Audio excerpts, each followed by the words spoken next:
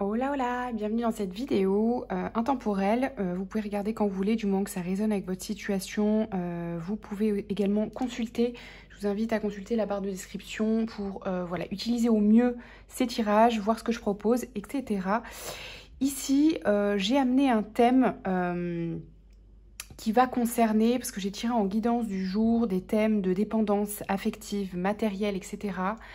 Donc, j'ai eu envie de venir apporter des ressources sur ce thème.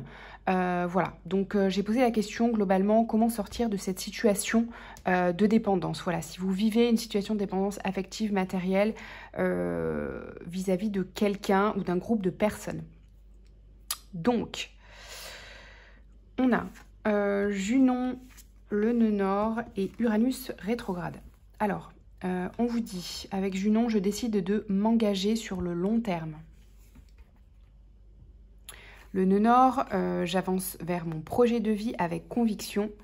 Et Uranus rétrograde, j'économise mon énergie en prévision du futur.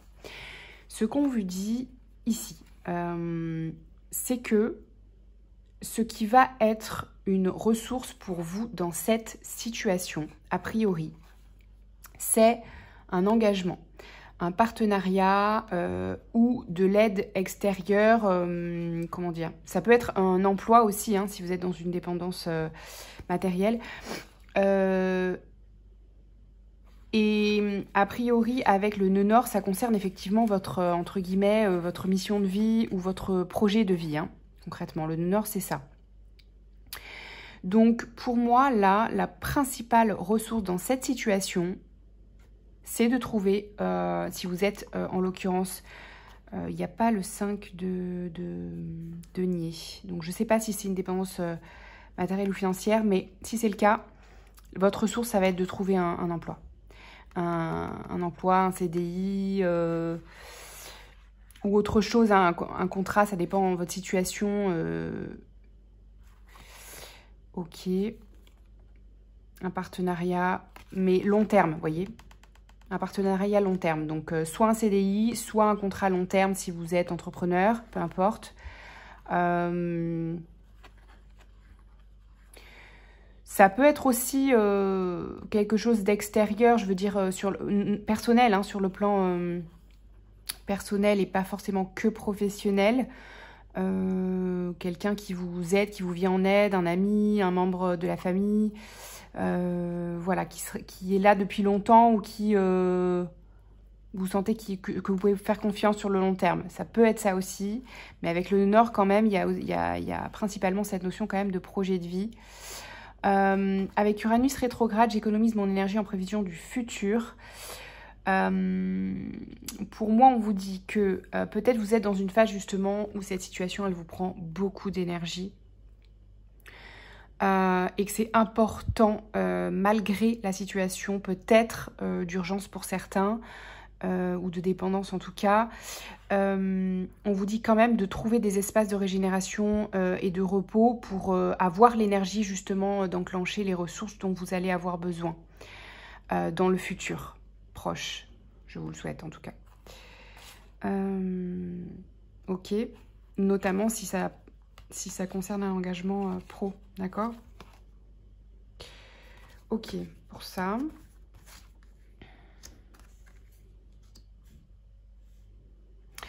Ensuite, avec le tarot, on a le 5 d'épée, le pendu, le 5 de bâton. J'ai tiré ensuite le pape. Je l'ai mis de côté en plus, mais le diable, le cavalier de pentacle et le 4 de pentacle. Donc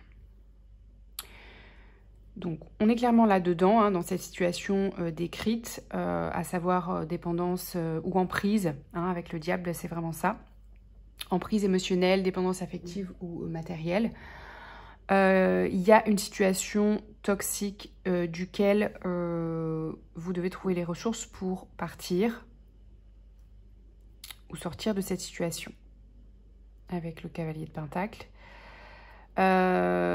Donc il y a quand même du pentacle ici 2 fois. Donc ça peut être matériel et financier pour certains. Hein. Ça peut être un partenaire de qui vous êtes dépendant, hein, ou une partenaire. Ça peut être une famille aussi, ça peut être un ami, si vous êtes en... peu importe, vous adaptez évidemment à votre situation, mais il peut y avoir cette, voilà, cette situation. On vous dit que là, la ressource, ça va être de partir, de faire des économies pour pouvoir vous sortir de cette situation. Si vous êtes, donc je ne connais pas votre situation et c'est un tirage général, donc ça ne peut pas résonner avec tout le monde, mais si vous êtes dans une situation où vous êtes sans revenu ou presque, on vous dit de faire des économies pour pouvoir partir de cette situation toxique. D'autant plus, évidemment, s'il y a de la violence physique, mais voilà, violence psychologique également. Hein. Ça peut être aussi destructeur. Donc, ce qu'on vous dit ici, c'est qu'il y a effectivement une situation de conflit, une situation gagnant-perdant, une situation où vous êtes peut-être, du coup, abusé psychologiquement, physiquement, psychologiquement, etc. Une situation dans laquelle vous vous sentez bloqué. D'accord? Vous ne pouvez pas bouger, vous êtes restreint en termes d'être, d'expression ou d'action. C'est une situation qui vous met en situation de, voilà, de blocage, concrètement. Parce que on vous dit que là, c'est parce qu'il y a des rivalités. Donc, ça peut être des schémas de jalousie ou d'emprise, que ce soit d'une personne, d'un partenaire amoureux de vie, votre femme, votre mari, mais ça peut être aussi une famille, ça peut être aussi voilà, une cousine, une sœur, un frère, peu importe, un ami, mais quelqu'un avec qui vous vivez, a priori, parce qu'il y a une forme de dépendance, ou vous êtes en lien très proche, enfin bref, vous avez compris le lien. La raison de cette emprise, c'est une forme de rivalité. Voilà, pour moi, ce sont des personnes, ou c'est une personne qui estime que vous n'avez pas le droit de... comment dire? Oui, de faire ce que vous voulez faire. Donc peut-être sur le plan de la vie professionnelle. Peut-être c'est quelqu'un qui ne soutient pas votre projet de vie, justement. Et qui vous met du coup clairement des bâtons dans les roues qui vous bloquent. Clairement, on est dans cette situation. Ok, donc faut que ça vous parle, hein, c'est spécifique, vous prenez ce qui résonne. Les ressources, comme dit auparavant, c'est vraiment de chercher un emploi ici. Avec le cavalier de Pentacle, on a cette notion de partir. Si c'est clairement une situation de dépendance matérielle, on vous dit de chercher un emploi pour partir de cette situation, d'autant plus si vous vivez avec la personne, mais même si vous ne vivez pas avec la personne. Donc un emploi ou un contrat long terme qui vous permettent d'être stable, en sécurité. A priori, c'est la priorité, puisque là, vous êtes sur un mode économie. Mode économie d'énergie et de ressources pour moi. Hein. Économie d'énergie et de ressources matérielles. Ce qui est tout à fait compréhensible si vous êtes dans cette situation. Ici, on a le pape. Donc, ça peut être votre ressource ici. Il peut y avoir une personne voilà, qui est, pour le coup, à l'écoute. Cherchez dans votre entourage une personne qui est capable de vous soutenir. Une personne qui a une ouverture peut-être spirituelle ou en tout cas voilà, philosophique, en tout cas qui a une forme d'écoute. D'accord ? Ça peut être aussi quelqu'un qui est un professeur, quelqu'un qui... comment dire ? Pas qui a un ascendant sur vous, du coup, parce que du coup, c'est négatif, c'est cette situation, mais plutôt quelqu'un qui... une référence, voilà, c'est ça que je veux dire. Une référence pour vous, mais safe, vous voyez. Cherchez une personne qui est un soutien émotionnel, avec lequel ou avec laquelle vous vous sentez en sécurité émotionnelle.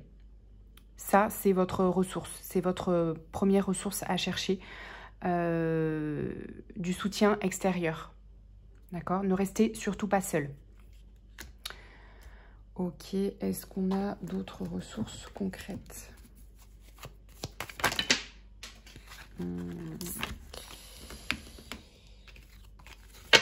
Donc, héritage. Donc, il peut s'agir de schémas à transformer sur le plan transgénérationnel.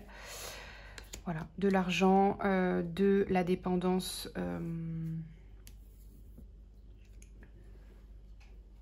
affective, financière.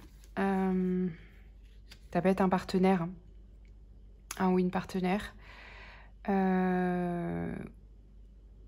avec qui il y a une forme de dépendance vis-à-vis de l'argent.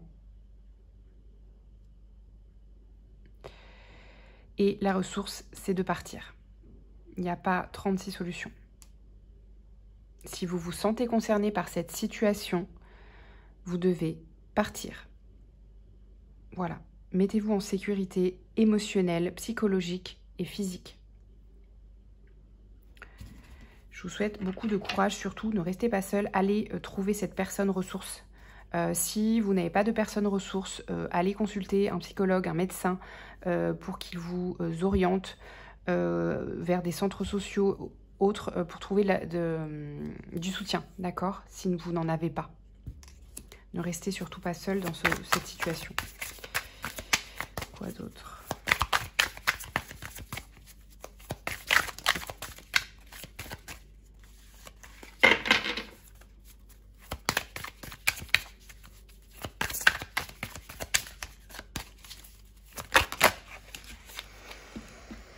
Just in Legion. Regardez au loin une île paradisiaque avec distribution de cocktails gratis. Zut, quelle déception. En réalité, il s'agissait d'un mirage. Fais gaffe au trompe-l'œil et à tout ce qui pourrait être porteur de faux espoirs. Ouvrez les yeux et suivez votre intuition, celle qui dit il y a un truc qui cloche.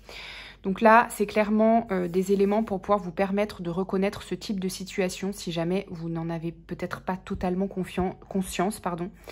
Où vous vous dites mais non, je suis pas dans cette situation toxique, etc. ou je ne veux pas le voir. Un des signes, ça peut être une situation où vous sentez que la personne ne fait pas ce qu'elle dit, en fait. D'accord? Voilà. On vous dit que certaines choses vont se mettre en place, certaines choses vont changer, ou un soutien va vous être apporté, etc. Et ça ne change pas, en fait, il y a du mensonge, il y a des paroles, mais pas d'action derrière. Ça, c'est un signe, d'accord? C'est un red flag. Reformulez votre question. Erreur, donc on va voir ce que ça peut nous dire. Mais là, on vous dit qu'il y a erreur sur ce que vous considérez dans la situation. Essayez de changer de point de vue également avec le pendu, parce que vous idéalisez peut-être malheureusement la situation alors qu'elle est toxique pour vous. Molo Calimero, allons bon, qu'est-ce qui ne va pas encore? Le monde entier s'acharne contre vous. Vous n'avez jamais de bol, vous vous sentez incomprise, du nerf. Arrêtez de vous apitoyer sur votre sort et prenez les choses en main comme une guerrière. Donc là, ce qu'on vous dit, plusieurs choses, c'est que il peut y avoir ces phrases ou ces situations où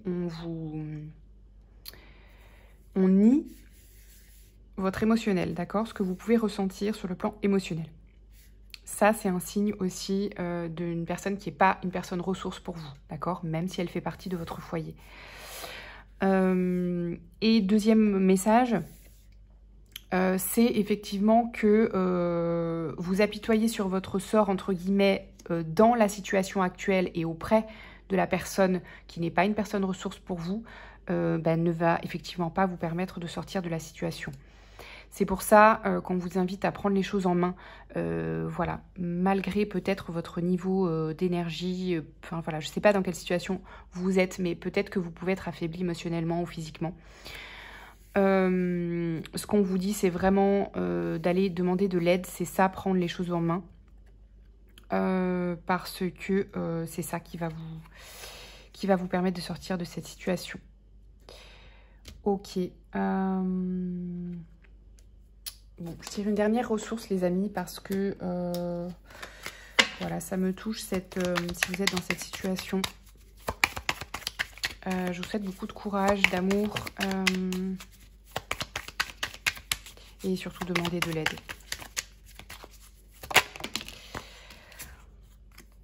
Se recentrer, oser. Donc, il y a une notion de passer à l'action sur les ressources ou sur votre projet ou ce qui vous permettra de sortir de cette situation de dépendance, hein, forcément.